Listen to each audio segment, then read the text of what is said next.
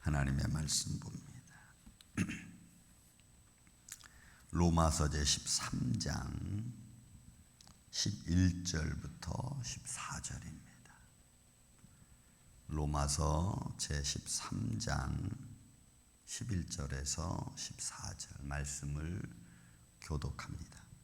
또한 너희가 이 시기를 알거니와 자다가 깰 때가 벌써 되었느니라.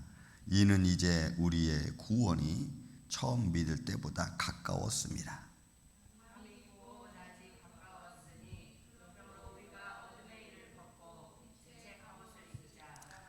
낮에와 같이 단정히 행하고 방탕하거나 술 취하지 말며 음란하거나 호색하지 말며 다투거나 시기하지 말고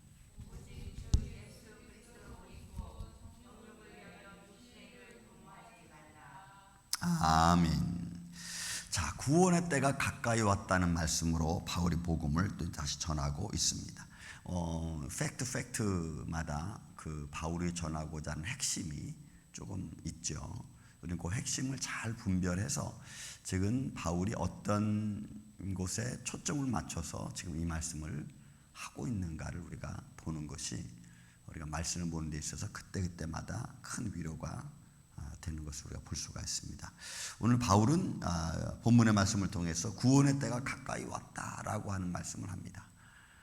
물론 예수님이 이제 구원을 하시기로 작정했죠. 아담이 죄를 범한 이후로부터 하나님께서 어떻게 인간들을 구원하실까? 왜냐하면 자기의 형상과 모양을 닮은 존재들이고 또 누구보다도 성부, 성자, 성령 하나님이 또 역사하시고 또 하나님을 닮은 존재들을 그냥 버릴 수 없는 거죠. 그래서 삼일째 하나님은 그 인간을 구원하기로 작정하셨고 지금 현재까지 왔습니다. 그리고 날의 마지막 때에 예수 그리스도께서 오셔서 하나님의 사랑의 무한하심을 우리에게 보여주셨습니다. 자, 그런 과정 속에서 우리가 봐야 될 것은 시기입니다. 우리가 초점을 맞춰야 될 것은 시기입니다. 하나님이 예수님이 오셔서 마지막 때에 관한 말씀을 쭉 들려주셨죠. 들려주신 그 말씀 속에서 우리는 예수님 말씀하신 대로 야 무화과 때를 봐라, 그렇죠? 또 날씨를 봐라. 그러면은 그때가 어떻게 되는지 그 이후에 어떻게 되는지를 너희가 알 수 있지 않느냐라는 말씀으로 마지막 때에 대한 이야기를 해줬습니다. 그래서 우리는 시대의 흐름을 보고 그 시대의 흐름과 동시에 이제 이게 어떻게 지금 진행되어져 있구나, 그런 것에서 우리의 믿음에 견고함을 세워가는 것이 중요한 것입니다. 자, 말씀 보겠습니다. 또한 너희가 시기를 알거니와 자다가 깰 때라 벌써 되었으니 이는 이제 우리의 구원이 처음 믿을 때보다 가까웠습니다. 바울은 지금 구원의 때가 가까이 왔는데 그것이 너희가 처음 믿을 때보다, 아니 복음을 처음 시작할 때보다 훨씬 더 이제는 단축, 정말 좁아졌다는 얘기죠. 가까이 왔다는 이야기. 그러니까 바울 때니까 AD 1세기. 그런 이때 바울이 이 말씀을 전했으니까 사실 시기적으로 보면 지금은 더 가까워졌죠. 근데 사실 이 말씀은 그런 시기, 지나가는 세월 속에서의 시기도 맞거니와 동시에 이것은 동시에 저와 여러분의 지금의 시간대를 말하기도 하는 겁니다. 우리는 어떤 존재라고요? 하루살이와 같은 존재라고 제가 그랬어요. 내일 일을 우리는 알지 못하는 존재입니다. 그래서 지금 오늘 내게 주어진 시간을 향해서 열심히 달려갈 수밖에 없습니다.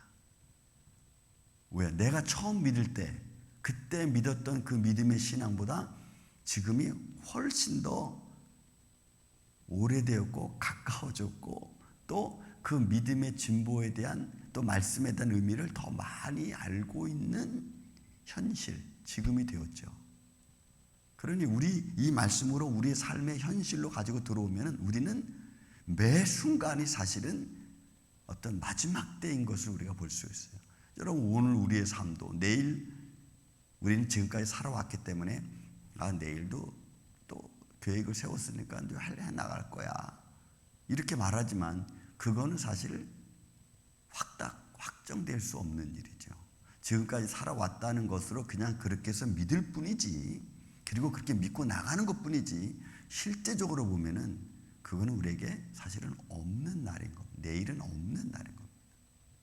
아니, 내일뿐만이 아니고 앞으로 5분 후에 이루어질 일도 사실 우리는 모르는 거죠. 그러니까 그런 우리들의 모습입니다. 그런 모습에서 바울이 이야기하는 겁니다. 구원의 날이 너에게 가까이 왔다. 그리고 이제는 너희가 시기를 보고 때를 보라. 이렇게 말하는 거예요.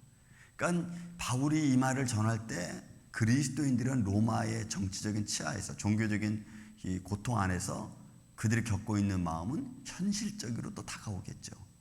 왜? 정말 내일 알 수 없이 언제 잡혀갈 줄 모르잖아. 언제 고통이 내게 임할 줄 모르고 언제 모든 걸 다 빼앗길지 모르잖아요. 그러니까 그들의 마음은 이 말을 들을 때 현실적으로 다가오는 거예요. 아, 그래, 맞다. 지금 시기가 이렇지, 때가 이렇지. 예. 여러분, 우리의 믿음의 때도, 우리 믿음의 어떤 결정도 항상 지금 내가 할 수 있으면 최선을 다해서 주님께 하는 게 그게 사실은 옳은 겁니다. 에이, 목사님, 그래도 내일은 좀 어떻게 좀 봐야 되지 않겠어요? 그거는 우리가 지금까지 살아왔기 때문에 그런 마음을 갖는 거죠. 실제적으로는 그렇지 않다는 거죠. 자, 밤이 깊고 낮이 가까웠으니 그러므로 우리가 어둠의 일을 벗고 빛의 갑옷을 입자. 이런 밤이 깊고 낮이 가까웠으면 새벽이 가까워지는 거죠. 새벽 미명에 여러분, 예수님이 새벽 미명에 일어나 기도하셨고 부활은 새벽 미명에 이루어졌죠. 밤이 깊었고 이제는 낮이 가까울 시간이 되었다는 것은 이제 하나님의 때가 가까이 우리 가운데 왔다는 것을 의미하는 거지. 그래서 우리는 어떻게 하라고요? 빛의 갑옷을 입자. 하나님의 말씀으로 무장하는 거죠. 성령으로 우리 안에 거하시게 무장하는 겁니다. 에베소 6장 10절 이하에 있는 말씀처럼 하나님의 전신 갑주를 우리가 입는 거죠. 그래서 어떤 상황에서도 준비된 자의 모습으로 그런 모습으로 우리가 쓰는 거죠. 여러분, 우리는 마귀는 우리를 시험하는 자들은요, 우리가 넘어지기를 원하고 애니타임 우리가 쓰러지기를 원해요. 그게 그들의 전략 전술입니다. 어떤 방법을 통해서라든지 어떤 생각을 통해서라든지 여러분, 우리가 무너지기를 그들은 원합니다. 그리고 무너지면 그때그때마다 기뻐하는. 우리 아들이 한참 고생, 나를 저를 힘들게 할 때, 그리고 나서 이제 다시 하나님께로 돌아와서 하나님의 일을 하고 있잖아요. 근데 그가 어느 날 그런 말 합니다. 아빠, 우리가 왜 아빠를 힘들게 했는 줄 알아? 왜 그랬는데? 그랬더니 마귀가 자기 귀에다 대고, 야, 네가 이렇게 하지 내 아빠 믿음이 떨어질 거야. 그러니까 너 이렇게 해. 자꾸 이런 말을 속닥였다는 거야. 근데 그 말 듣고, 야, 너 정말 그랬어? 정말 그렇게 들렸어? 마귀가 너한테 그렇게 말한 것 같아? 그랬더니 그렇다는 거예요. 그래서 내가, 야, 이러면 자녀가 속삭이면 얼마나 마음이 아픕니까? 근데 우리가 할 수 있는 일은 없어요. 제가 그 말을 들으면서, 우리는 어떤 상황에 대해서라도, 어떤 환경을 내가 맞이한다 할지라도 내가 살아계신 하나님을 믿는 믿음에서 떨어지면 안 되겠구나 하는 마음을 내가 또 한번 가졌어. 여러분, 의지할 거는 하나님밖에 없습니다. 믿습니까? 살아계신 하나님을 의지하는 거 외에는 아무것도 없어요. 내가 뭘 도울 수 있으며 여러분, 무엇으로 내가 그들과 생명을 같이 나눌 수 있겠어요? 그러니까 하나님께 기도하는 것밖에는 없어요. 하나님께 맡기는 것밖에 없다. 그래서 어둠의 일을 벗고 빛의 갑옷을 입자. 이제는 말씀으로 성령으로 충만함을 입어서 하나님의 영광을 바라보고 그 안에 굳게 서는 것. 그런 다음에 이제 바울은 또 뭘 말하냐면 여러분 13절 14절에 이렇게 말합니다. 낮에와 같이 단정히 행하고, 여러분 단정히 행하라는 거예요. 이제 시대의 마지막 때에 가까이 왔으니까 내가 어떤 자세로 하나님께 나아가야 되는지, 어떤 자세로 내가 인생을 살아야 되는지, 그렇죠. 우리는 대충 사람 일하면, 야, 이제 끝날 때 시간 다 됐으니까 야, 어떤 정리하자. 그러면 이제 뭐 좀 마음이 풀어지잖아요. 그런데 성경은 오히려 그걸 반대로 말하고 있어요. 성경은 마지막 때가 가까웠으니까 더 마음을 잘 정신 차려라. 좀 너희 몸의 행실을 좀 다시 좀 정립해라. 이렇게 말하고 있어요. 마지막 때가 왔으니까 이제 대충 너희들 살아. 이렇게 말하는 게 아니고 성경은 반대로 말하고 있어요. 단정히 행하라.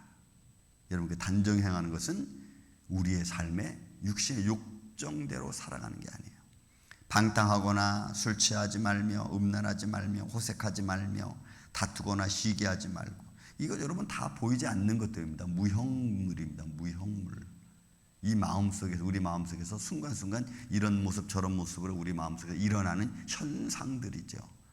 근데 그거 따라가지 말라는 거예요. 내 마음을 내 삶을 방임시키지 말고, 감각 없는 자처럼 행동하지 말고, 생명을 잃어버리지 말고. 믿습니까 여러분?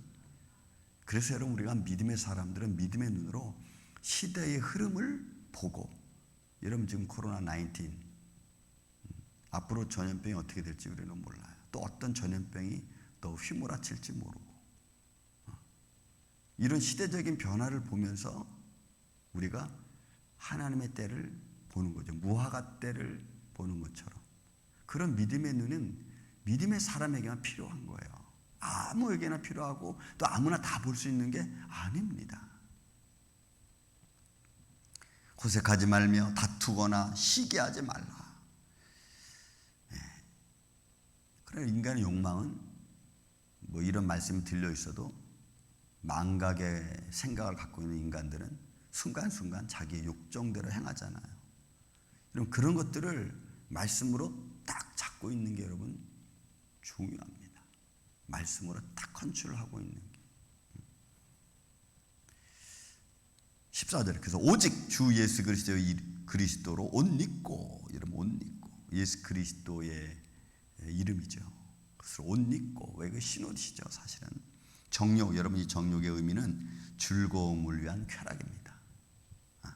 이거는 충동적인 마음을 말해요. 여기서 이 말하는 정욕은 충동적인 마음. 그러니까 여러분 이 충동적인 마음은 모든 사람이 다 가지고 있고 분위기에 따라서 막 움직이고 이런 거죠. 여러분, 우리 믿음은 절대로 충동적이면 안 됩니다. 믿습니까 여러분? 믿음은 전인격적으로 내게 다가오고 전인격적으로 내 삶을 변화시켜가는 거지 충동적으로 움직이는 건 아니에요. 믿음은 물론 어느 순간에도 그럴 수도 있겠죠. 하나님께서 나를 확 사로잡을 때도 있겠죠. 근데 그런 것들도 절대로 이성을 벗어나서 이상한 행동으로 이상한 충동적으로 나타나지는 않습니다. 믿음은 그렇게 나타날 수 없어요. 여러분, 예수님께서 우리가 공간복음에 보면은 귀신 들린 자가 와서 예수는 거룩하신 하나님의 아들입니다 라고 하는 말하는 것을 금지시켰어요. 금지시켰어요. 왜? 여러분, 예수님은 사단의 증거를 원하지 않아요. 예수님은. 이런 거 우리가 분명히 알아야 돼요. 귀신의 증거를 사단이 원해요. 이 삶이 흐트러져 있는 자가 예수님을 증거하는 것, 제가 보기에는 좋지 않습니다. 여러분, 우리가 예수님을 증거하려면 좀 단정하고 정직하고 이성적이고 성령의 말씀으로 충만해야 돼요. 충동적이고 이상한 행동을 가지고 예수를 증거한다. 오히려 그러면 여러분 예수님의 이름을 욕되게 할 수 있어요. 그래서 사단이 귀신 들린 자가 예수 증거하는 거, 여러분 하나님 예수님이 스탑, 너 말하지 마라. 예수님이 금했어요. 그런 걸 보면 예수님은 질서시고, 그죠? 거룩하시고 정말 진리이시기 때문에 이상한 것들이 와가지고 또 이상한 현상들이 막 나타나고 이런 것들은 예수님은 그런 걸 원치 않았어요. 그 진리시기 때문에 그래요. 그래서 여기서 정욕은 그리스도 옷 입고 정욕을 위하여, 여러분 이 즐거움의 쾌락과 마음의 충동적인 것을 위하여 육신의 일을 도모하지 말라. 육신의 일, 이건 몸이 원하는 것 아닙니까? 죄로 물든 마음과 그다음 내 육신이 원하는 거 하지 마라. 왜? 마지막 때가 지금 가까이 오고 있고 너희가 지금 보고 있지 않느냐라는 거예요.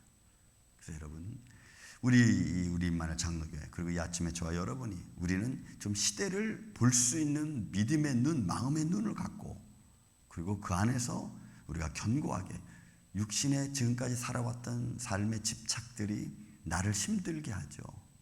정말 우리를 힘들게 하는 게 뭐예요? 내 삶의 집착들이에요. 그런 것들을 하나님께 우리가 맡기고, 그 믿음에 굳게 서서 이제는 우리가 좀 서로 돕고, 그 도움 관계에서 주시는 하나님의 열매, 축복의 열매를 우리가 받고 누리고, 그 안에서 하나님의 의를 이루어 갈 줄 아는 이 아침에 저와 여러분이 되시기를 예수님의 이름으로 축원을 드립니다.